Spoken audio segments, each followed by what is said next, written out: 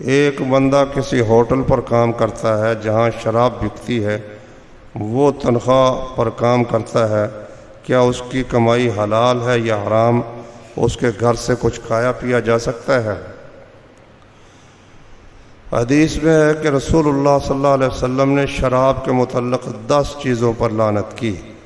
لعن اللہ الخمر، شراب پر لعنت کی، وشاربہا، پینے والے پر، وساقیہا، اور اس کو پلانے والے پر، وبائعہا، اس کو بیچنے والے پر، ومبتاعہا، اور اس کو خریدنے والے پر، وحاملہا، اس کو اٹھانے والے پر، والمحمولۃ الیہ، جس کی طرف اٹھا کر لے جائی گئی اس پر، اور اسی طرح جو شراب کے لیے انگور نچوڑتا ہے اس پر، اور جو شراب بناتا ہے اس پر۔